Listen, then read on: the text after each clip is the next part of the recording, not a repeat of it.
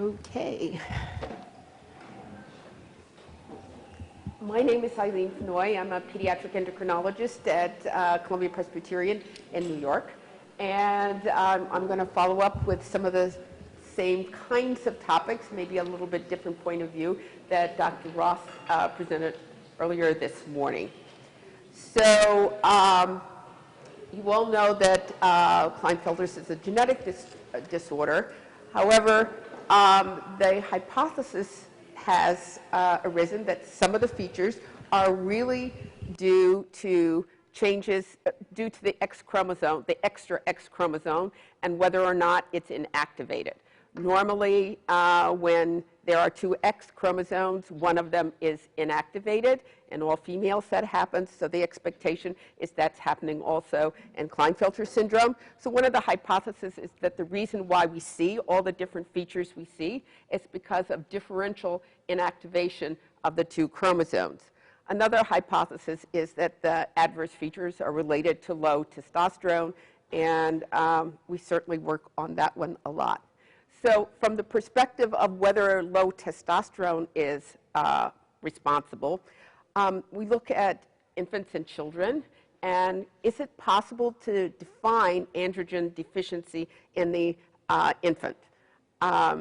This is data from the Danish group in which they have looked at a population of children in, let's see, in infancy. So this is 1.5 to 5 months of age, and these are their testosterone. They're using different units, but that doesn't matter. And the black dots represent their normal population of individuals, and the red dots represent the children with Klinefelter syndrome. And I'm not remembering the total number. It was a large general population, but it was a much smaller Klinefelter population. So that and the numbers here are only about 10. Okay, so this is a small number. But in this group, the Klinefelter boys had values of testosterone that are clearly overlapping with the normal Danish boys of the same age. Okay. In contrast, Dr. Lalou and I did a study that looked at testosterone levels in boys, which is a mixed population from the US and France, where Dr. Lalou is. And we looked at testosterone. And what you see here is a huge peak of testosterone in the shaded area, which represents the normal peak of testosterone in boys in our population. And the dots represent the boys with Klinefelter syndrome. And most of the boys are in that normal huge peak, but they're at the lower end of it. So what has happened is we have two groups who have looked at infants when infant boys normally have a testosterone rise. We concluded from this study that values of testosterone in boys with Klinefelter syndrome are low in the infantile age, whereas the Danish concluded that they were normal. I re-looked at the data and compared them, and the average values of the testosterone from both studies of the boys with Klinefelters are exactly the same. What is different is our normal population. So what we have defined as normal is much higher than what they defined as normal in Denmark. But the boys with Klinefelter had the same values. So are they normal or are they abnormal? And this is part of our continuing problem in understanding whether we have a measurable abnormality here when we look at testosterone values in the neonate. Right? So the other way to look at this is to look at, are there features of androgen deficiency in infancy that will allow us to conclude that they must be androgen deficient. And the kinds of features that we look at microphallus, because we know that the penis grows in response to testosterone. So if there's no testosterone, you expect it to be smaller. And at least one study in Annals of Pediatrics had 23 out of 58 patients who were diagnosed prenatally with Klinefelters having a small phallus. Another study looked at abnormalities in the genitalia. So bifid scrotum meant the scrotum looked like two halves rather than one full piece with a seam. Chordae means that the penis was bent, sort of like that instead of straight. Hypospadias, the urethral tip didn't come out to the end. It was coming out on the shaft somewhere. Microphallus, the small phallus, and cryptorchid meant that the testes were not descended. So they found in a sex disorders database 7 Klinefelter patients that had this kind of abnormality. This was small for a disorders database. And then the Danish did a registry of all of the genetic studies that they had done and looked to see whether there were abnormalities in that group. And they found 832 patients that they were able to match to 4,033 controls. And they found a 6% incidence of undescended testes. That's higher than you see in the general population. So their conclusion was that cryptorchidism, or the undescended testis, is more common in Klinefelter syndrome than in general. So perhaps there is one manifestation of decreased testosterone that we're seeing that's manifested by undescended testes. Dr. Ross looked in her study at penile length and testicular volume, and she found it was reduced in 23 boys between the ages of 1 and 23 months. However, this is a graph of what we consider normal penile length through childhood. So this is 2 standard deviations below the mean. So this is considered abnormally low if you're below this line. And this one is 2 standard deviations above. And the middle is average, 50th percentile. So her values are actually here minus 0.9. So they are below average, but they are not in the abnormal range, because abnormal is minus 2 standard deviations. So they're not truly microphallus, even though they are small. Okay. I think our current understanding is that there are some children who do manifest these measures of androgen deficiency that are characterized by a small phallus. But most of the patients have a smaller than average, but not an abnormally small penis. The undescended testis may be more common, but we're talking about 6% of the population, and it occurs in the general population, so it's not super common. And the testosterone, we don't really know. We say it's borderline low to normal. So all of these features are seen in a certain fraction of the population, but not in all patients. So it's not really clear from this kind of data whether testosterone treatment in the infant is indicated for anything other than the small penis, which is what we were doing even if you don't have a diagnosis of Klinefelter syndrome. If you're below minus 2 standard deviations, that's the standard of care of treatment.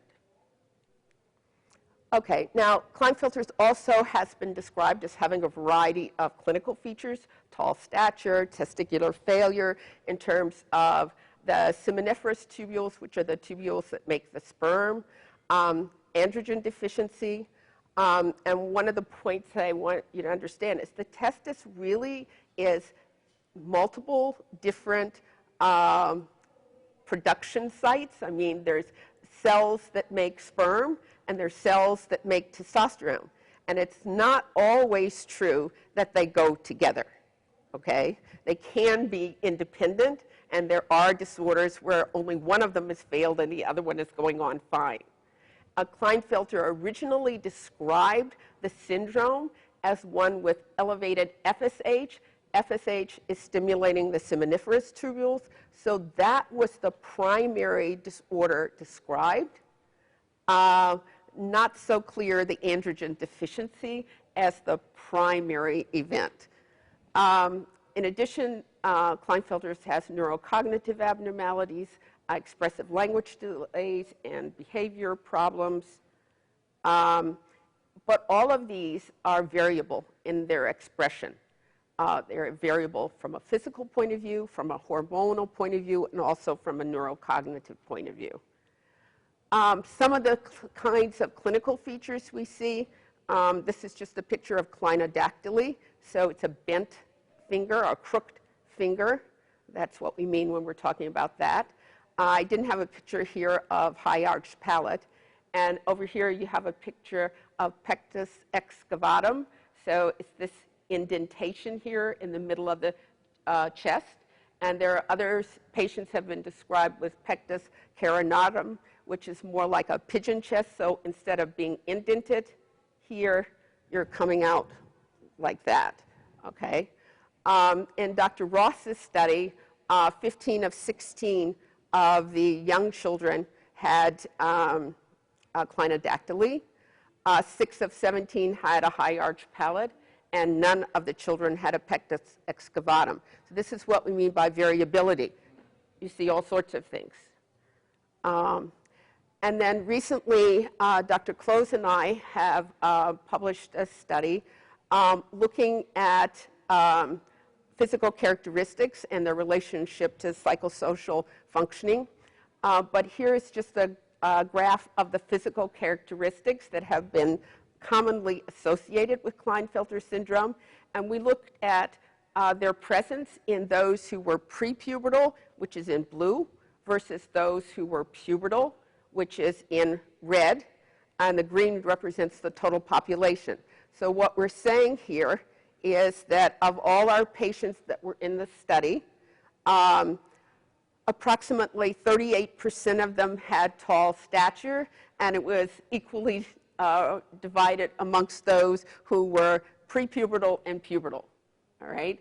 So in terms of variable expressivity, we still have 62% of our population that doesn't even have tall stature, but they are known to have Klinefelter, okay? Then upper-lower segment ratio. Of all of these characteristics, the only ones that were significantly different between those who were prepubertal and those who were pubertal was the testicular volume. Okay, so you expect the testis to grow with puberty, all right?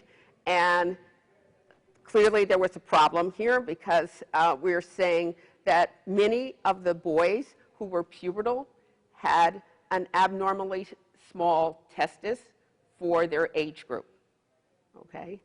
And then here there was high arched palate, which I don't have a good explanation why it should be different between pubertal and prepubertal, but those were the only two characteristics that differed. Now, what's differing frequently between pubertal and prepubertal is testosterone. So this was an effort to look at whether changes in testosterone that occur with puberty are making any difference in the physical presentation of these children.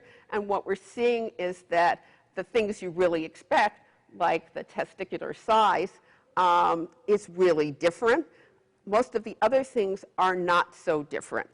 BMI is approaching significance here, with the prepubertal boys having a more normal BMI than the pubertal boys. So perhaps if we had a larger group, that would show up as different. And there have been implications from some of the earlier studies presented today that that is the case, that as they go through puberty, that if they don't get androgen replacement, they do get fatter. But we were not able to demonstrate it in our 8 to 18-year-olds. I'm sorry? Most of the patients had had some testosterone. About 30% had had 3 doses in infancy, like microphallus, and none since. Okay. A couple of patients had ongoing treatment in the study, but there were only 2 in the group that were in ongoing therapy. Since we were asking people about historical treatment about testosterone, many of the parents would say, yes, they got 1 shot, or they got 2, but they don't remember how much and when. So we did not have very specific data, but it was a small percentage of the patients, and they did not have big doses. They had short courses, and they were mostly interrupted courses. But some of them were spontaneous, were they not? Spontaneous puberty? Oh, yes. Yeah, so Yes. one way or another, testosterone is around. Yes. Yes, yes. So, yes, because they're 8 to 18. They were definitely, actually, I have some hormone data here later, but at any rate. The physical features are extremely variable.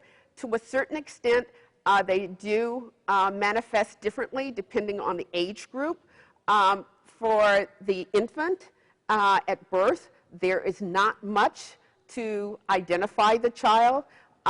If you're lucky, I guess, in terms of identification, a small phallus might be an indicator, or undescended testes might be an indicator. That's about all you have to go on with the newborn if there was no prenatal screening.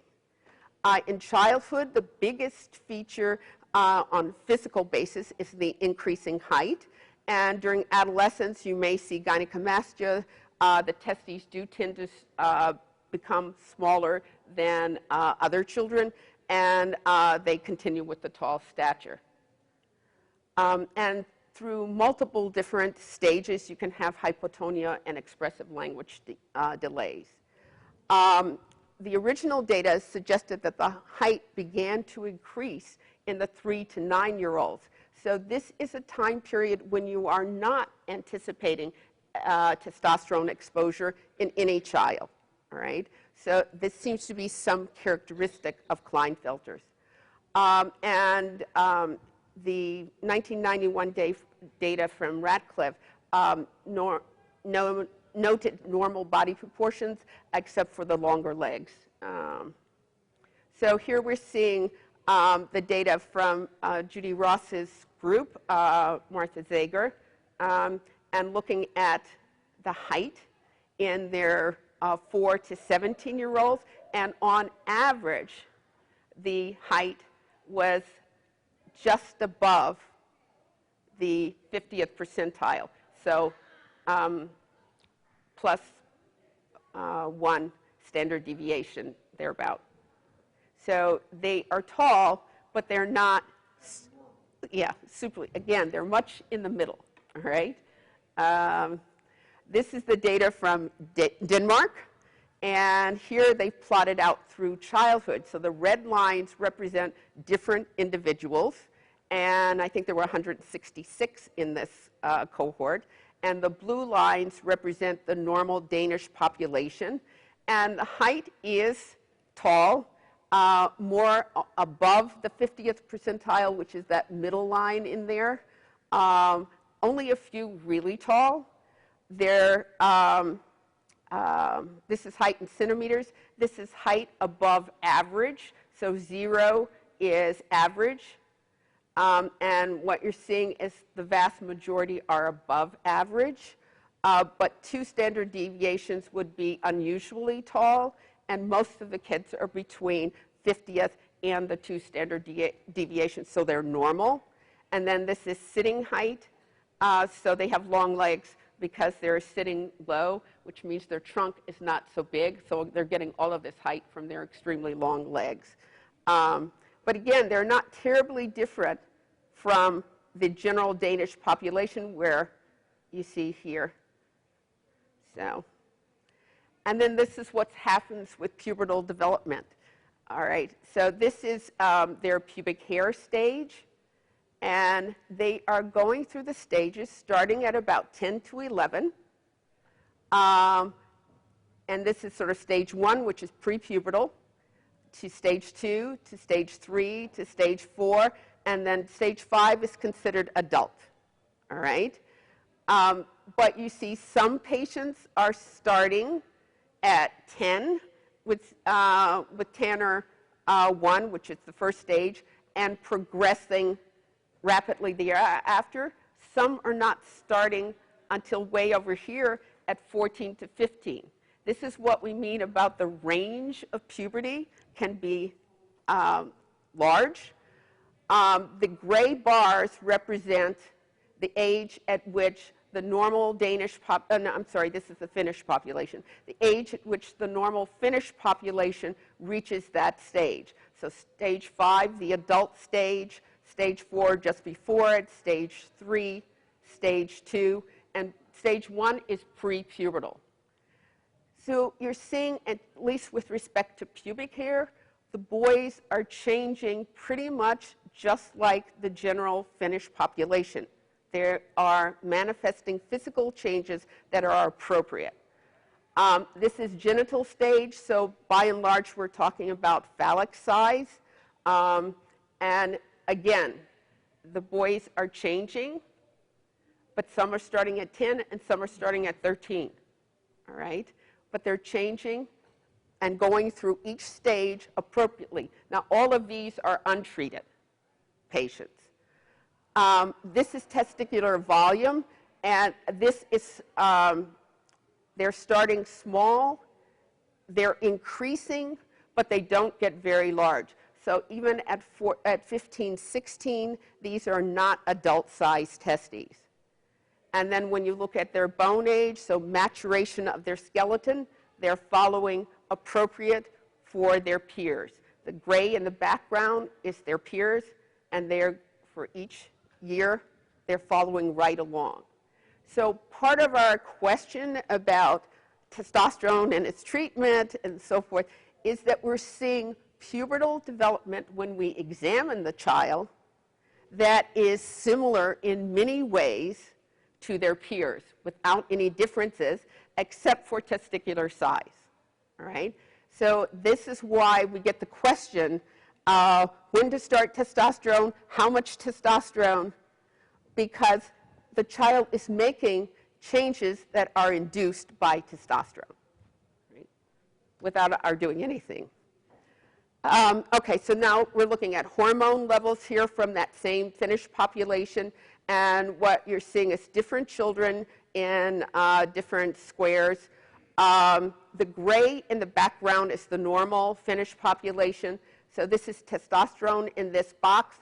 The red triangles represent boys who had an elevated LH, whereas the other squares represent boys who had normal LH. And again, for testosterone, they're proceeding within their ranges, although there are some clearly here at the bottom. Okay. They looked at estradiol as well, the estrogen, and again, the estrogen here tended to be a little bit on the higher side, but not terribly different. And they looked at the relationship between estrogen and testosterone, and it was the same compared to the gray shadows in the background, which was the normal boys without Klinefelter. Right. So in terms of hormones, there's a lot of questions about what's abnormal and what's not, what's normal, and where we should go with that. The other issue that all parents are confronted with is this issue about cognition.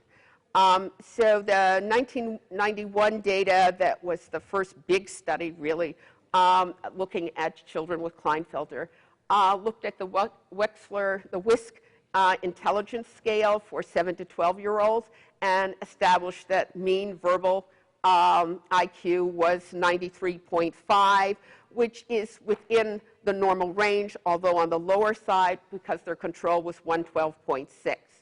Their mean performance was a little bit better, but again, the control was even better. And 2 of the children in their 19 that they looked at had IQs over 120 on this test and went on to college. However, 77% required remedial help in reading. Dr. Ross did a study of boys in the 7 to 18-year-old age group, where she looked at tests that measured word definitions and similarities, how well boys could handle those, the recall of designs and pattern construction, that was their spatial cluster test, and then nonverbal reasoning tests, which looked at matrices and sequential and quantitative reasoning. So she did all of those tests on these boys. This is all normalized to 100, being average. And you see for everybody, the values are just below average. For boys less than 10 years of age, they are generally better than for boys older than 10 years of age. Spatial reasoning is the closest to normal. Okay? Whereas verbal is the lowest amongst the group. She also looked at academic achievement. All of the scores were less than average, but reading was very close to average, particularly for boys under 10, and lower for those over 10. There wasn't any differential in between the age groups for spelling and arithmetic, but the function was much lower than average for the population. Speech has been another area that's been a problem. Radcliffe demonstrated that 37% of 19 required speech therapy. However, their ranges on the tests were just below average to just above average. All right? So they're not superly low in their response. Dr. Ross looked at language ability with a series of different tests, and she found, in general, word retrieval, receptive vocabulary, verbal fluency were all normal, right? However, their overall language competence was more than one standard deviation below normal. They particularly had difficulty expressing intent more than interpreting what the intent was when something was said to them.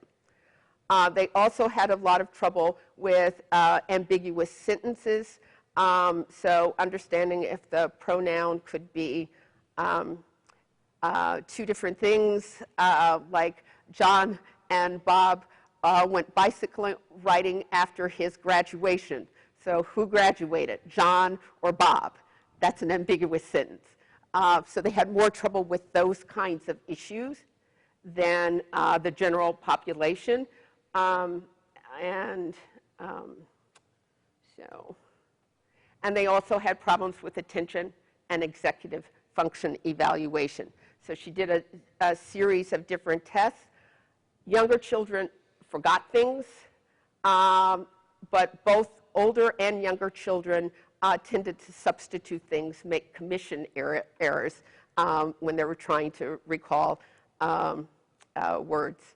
And then words that were similar were more of an interference for the group than for children who did not have Klinefelter.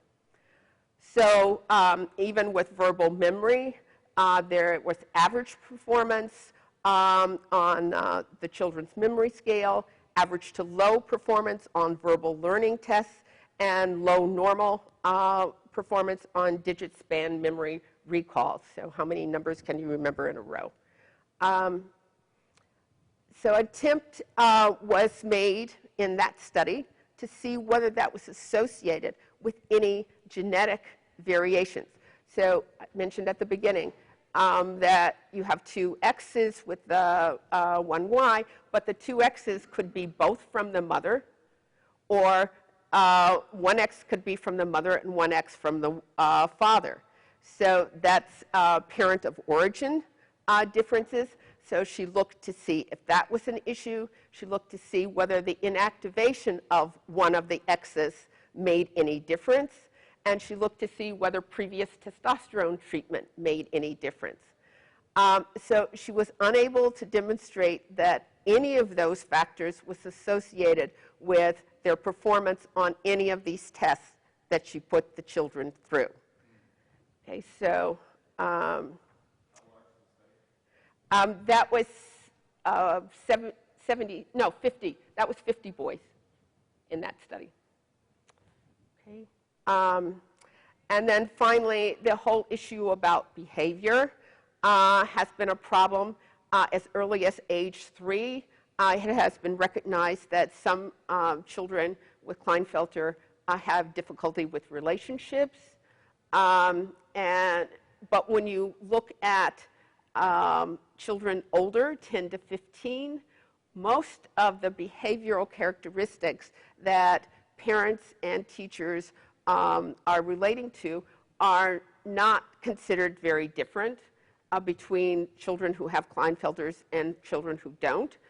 The ones that were of significant difference were issues about temper, issues about being very solitary, isolated type individual, being fearful, and being not liked. So those were behavioral attributes that were more common amongst Klinefelter than other children. And our study that Dr. Close and I just published, we looked at quality of life, as well as the issues about self-concept, self-esteem, and risk of depression in relationship to pubertal status. We were not able to demonstrate that there was much difference, except that quality of life was more of a problem for the older adolescent than the younger boy.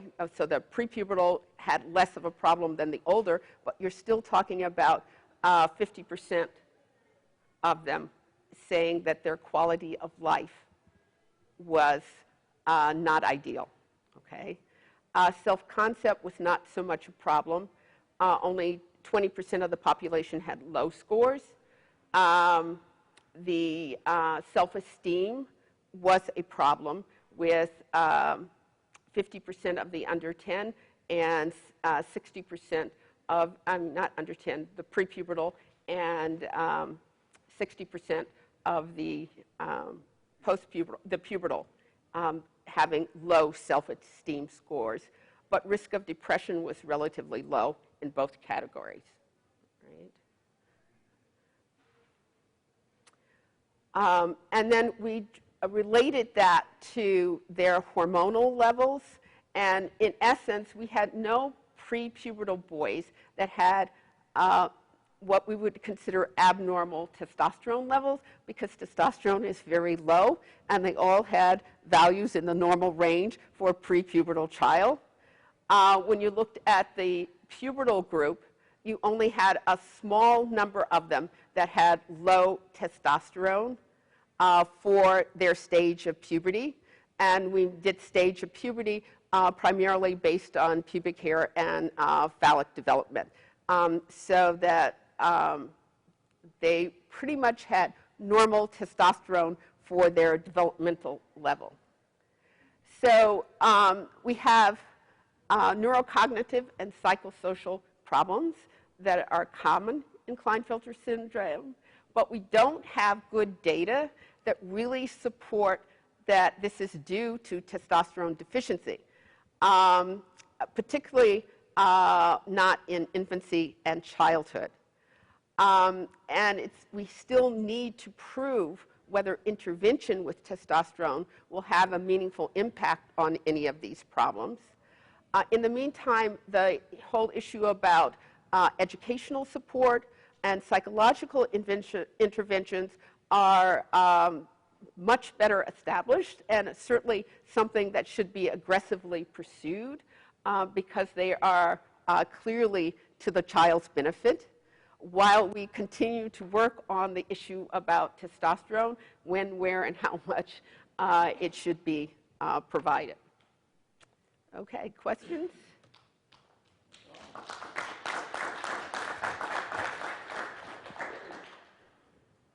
Comment. Yes? So our boys are not significantly different than the general population. They're just below average. So everything about the pediatricians when we're filling out questionnaires is, well, he's not quite autistic, he doesn't really follow, he's just a little, he's a little late, but he'll outgrow it, and he'll catch up, and all of those. That's one of the reasons. Exactly what you showed. Yeah, that's one of the reasons the pediatrician has so much trouble with this, all right? So if you don't have the diagnosis already, it's not easy to come by because these are not standout abnormalities. So they can't justify saying, well, let's get a $1,000 genetic test. Correct. Or it depends on, yeah, I mean, it can be very hard. Depends on your insurance company, whether they can justify it or not. Sometimes some insurance companies are different, but it can be very problematic if the child is having some issues, but they're just not grossly abnormal. Right. Yeah. Can you do anything about the testicular size? Like No. men? No. There is nothing that we do about testicular size at any stage of life for anybody, okay? The whole fertility thing is something that's going to be talked about later today. So there is something that can be done about that, but that too represents a question of when and when is it appropriate and how far to go with it, all right? But testicular size, you cannot. Okay. Yeah. Is that it? Yeah. Is your I'm sorry. Any downsides of the early testosterone treatment, though, that they study that at all? Okay, we need to distinguish between the oxandrolone that Dr. Ross was talking about and testosterone, all right?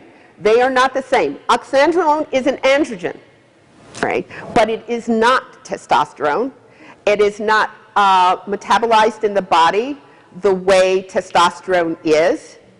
So her study is a great study, and it opens a lot of questions, and it's very encouraging and stimulating to do things, but it's not definitive that we should start giving testosterone because it doesn't even use testosterone, okay?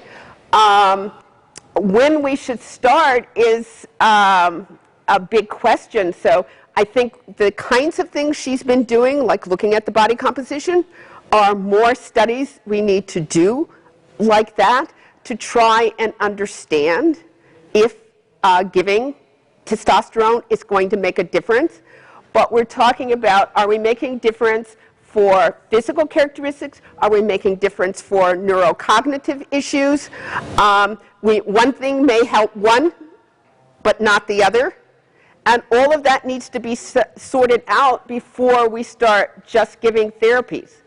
The other issue is, given the testosterone levels we have, how much testosterone do you want to give? Even if you have a teenager, okay, going through puberty, who you know is going to need testosterone, some amount, okay? Where do you say to give, and where do you say not to give? If their values are in the normal adult range. Okay, yes, LH and FSH may be elevated, which should imply that their body needs some more. But how much more? And where am I pushing it to? Am I pushing it to the level to push down LH and FSH? Or am I just raising the level higher than it was? What am I doing with that? I mean, I think these are some of the questions we don't have the answers to, and that's why we need to be a little bit careful when going forward. The child who doesn't go through puberty with delayed puberty unequivocally may need treatment. But if you've got testosterone in the normal adult range, you know, your insurance company may not even approve it. I mean, they're getting really bad about that. Okay. And that's part of the, I think, it's parents, why we're here is we're testosterone is a miracle. It's going to fix everything. But as we said through Dr. Hoffman and your talk, is it's not necessary. And Yes. if you talk to other parents, it's not necessary. My son never had it. He doesn't need it. Yeah. So What is the normal range when you refer to that? Because I've heard there is no normal, so.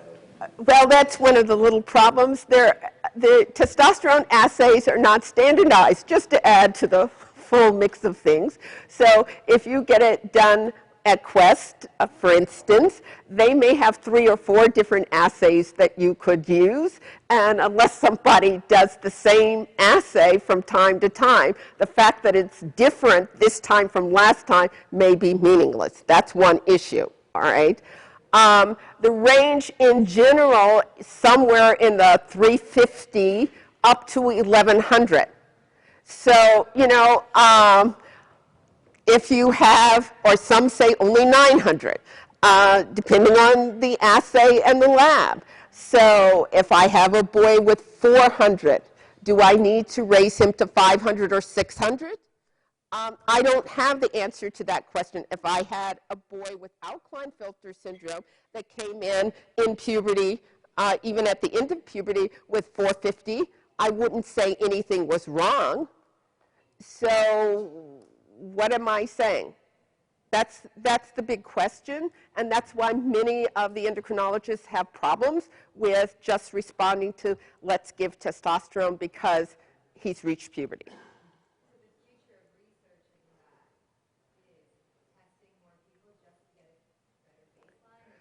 Well, one, we need standardization of assays, but the other, for Klinefelters, we need to understand whether we're seeing any adverse effects, on one hand, in the absence of giving it, and 2, when values are in the normal range, and 2, when we give it, does it make any difference to anything or to what? So that we have a clear idea of what we're treating. Okay, otherwise, I am treating the lab. Okay, your child is the benefit of my treating the lab. The lab's numbers go down, your child gets more medicine. The lab's numbers go up, your child gets less medicine. But I don't know whether I'm doing anything for your child. Or increased muscle tone, or that, I just sat in on something about that, saying they didn't find that. Yeah, cortical thickness seemed to improve on oxandrolone, but it needs more evaluation because that was a X-ray study, and it's not the way we usually look at bone strength. So there are some other things we need to do with that, but it certainly is provocative and worth putting into a more complex evaluation to see whether it's making a difference. Okay? We don't normally see a lot of fractures in these boys, so we don't think of them as having low bone density. All right? They may, but that's not something we usually think of because we don't see a lot of fractures. But you see osteoporosis in adults, all right? In terms of the therapy to prevent that later. Oh yeah, you see in adults, but adults also, as you age, testosterone definitely goes down. So I am not in any way saying that adults with Klinefelters don't need testosterone. I'm saying I don't know when to do it in puberty, all right? And I don't even know when hypogonadism occurs in puberty. So if I have a patient who does not make testosterone, so I have people who've lost their ovaries or lost their testes, yes, they will have low bone mineral density in childhood, all right?